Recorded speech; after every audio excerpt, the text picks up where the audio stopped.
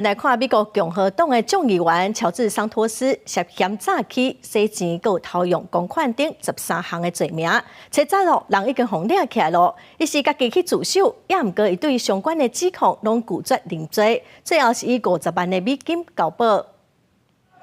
共和党众议员桑托斯行出法庭，对被指控欺骗捐款人所用竞选经费、合经了造假、非法领取失业救济金等13项指控，拢无认罪。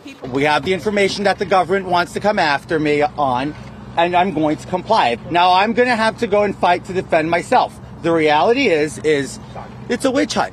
34岁桑托斯早起家己去自首，下昼就出庭应讯。伫咧形式上，被起诉的人若行入法院，就算被逮捕。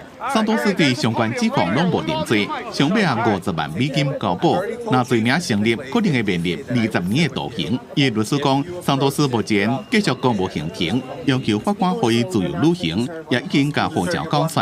起诉书内面甲伊欺骗的行为算总效。检察官讲，这就甲伊塑造家己是百万富翁的形象共款。去年胜选了，骨卡拢锁出来。The evidence must be absolutely overwhelming for the prosecutors to have put this together this quickly.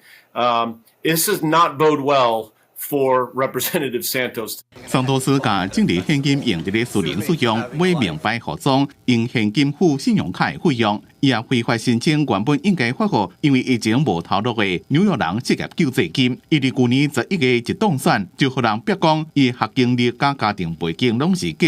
虽然承认无读过大学，也无伫咧高层花旗工作过，因过今年1月，议员去国会宣誓就职。虽然司法调查一件一件一直来，桑托斯到即马也是无愿意辞职，并且讲要甲司法继续对抗，捍卫家己的名声。公司新闻黄文玲编辑。